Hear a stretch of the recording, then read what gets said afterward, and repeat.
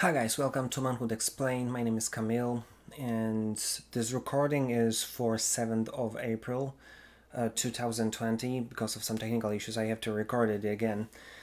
But the subject of this 102nd live that it was recorded was common sense and how it might have impact on your life and in your happiness. This whole thing was born basically by me just by accident, watching one of the posts one of my friends who didn't post it for quite some time, that I saw it on Facebook. So that's why I stopped. I looked at it.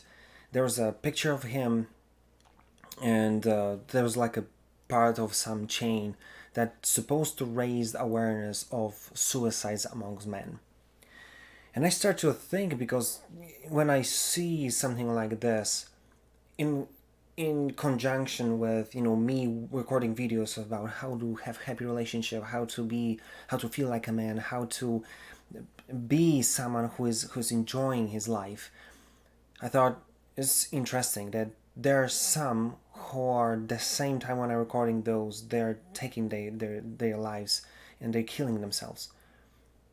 And listen, just as a disclaimer, I'm not a psychologist, I'm not a psychiatrist, I'm not trained in all of this.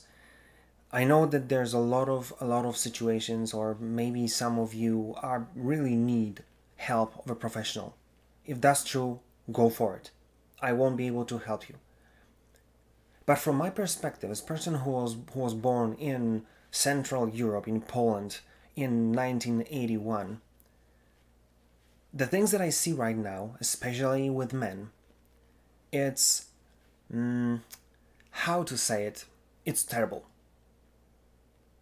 Because you've got to understand that it is surprising to me, to say the least, when I hear that every other person is having an anxiety, that every other person is having a depression.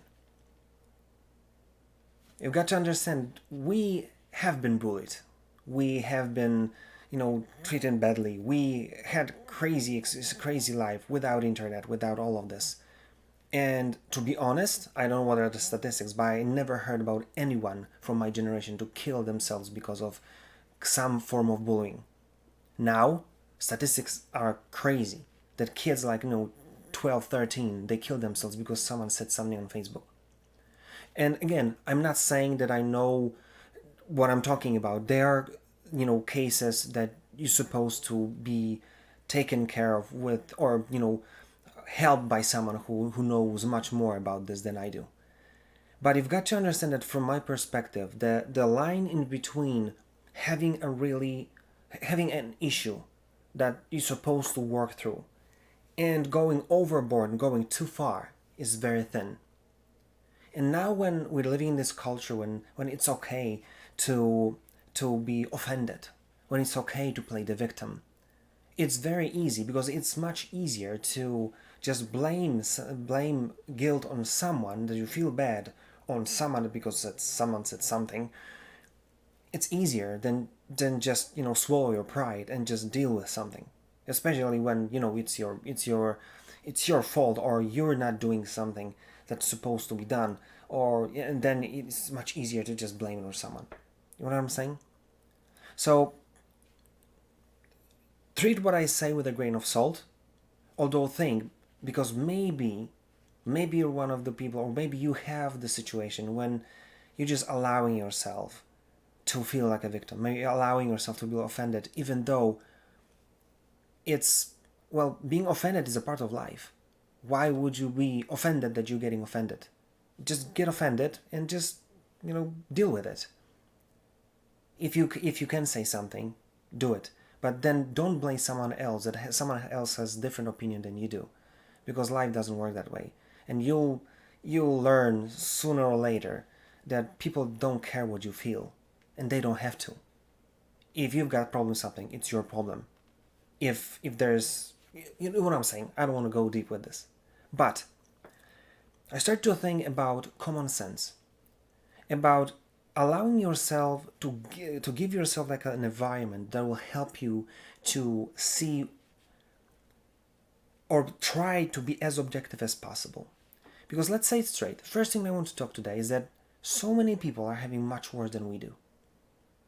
If you're a part of the first world, and you're having issues that you don't have the newest iPhone, or that this or that, look, what is the comparison of your problems to someone who's living in Africa, and he's or she's dying of not having food or water?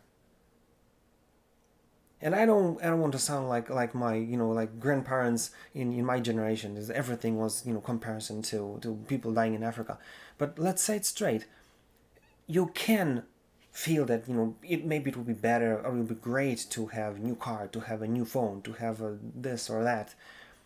But is that really a reason to go so far? Is that someone is bullying you? Is that a reason to kill yourself? You know what I'm saying? I'm just over exaggerating the extremes. So you would see that you'll have to have like a proper view on things to be able to kind of stay sane. So first of all, kind of see that there are people who have much worse than you do.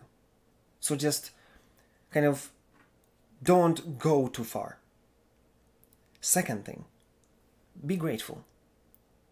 Look, so many coaches are using the same example, and they all say the same thing. Just be grateful. And it's like being a positive person, like optimist. Because we all know this example that you can see the cup half full or half empty.